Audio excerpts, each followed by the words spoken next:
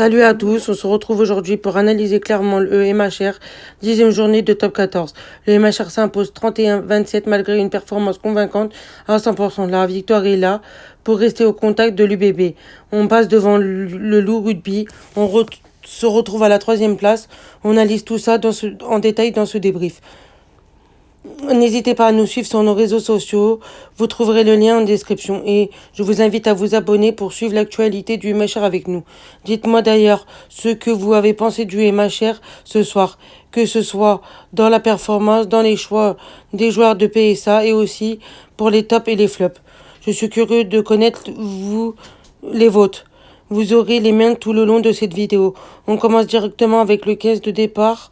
Sur l'analyse, on va faire un point sur la première mi-temps. Je trouve toujours ça plus parlant quand on va analyser les deux périodes séparément, même si au final ça se rejoint. Pour moi, on n'a pas fait une énorme première période, mais le point très positif, c'est d'avoir gagné. Il y a des domaines où on a été très bon, les pénalités, les Montpellier qui ont perdu trop de nombreux ballons. Parfois, on manque de réalistes. Globalement, défensivement, on a été pas très mal. Les sorties de balles ont été très bonnes dans le domaine.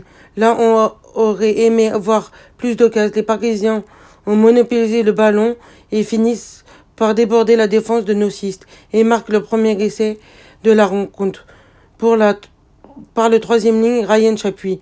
Grosse séquence des 6 qui remontent le terrain en jouant dans la défense parisienne, mais qui finalement se mettent à la faute.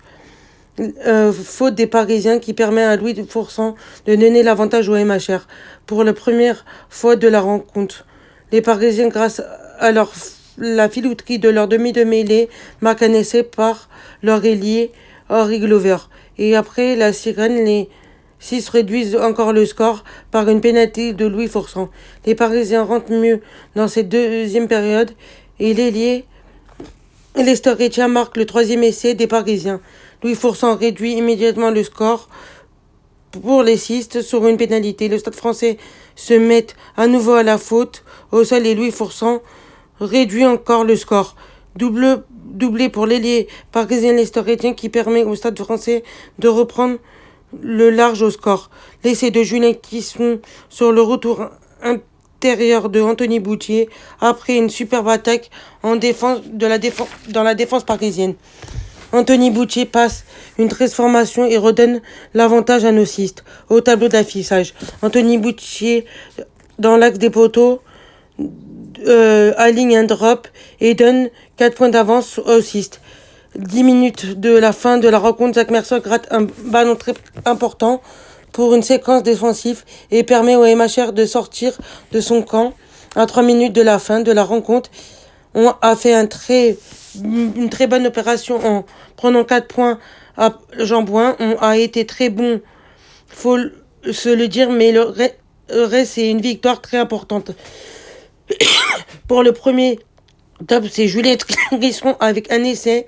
Il a été le dernier manateur offensif de cette équipe. J'ai trouvé Anthony Boutier impérial surtout.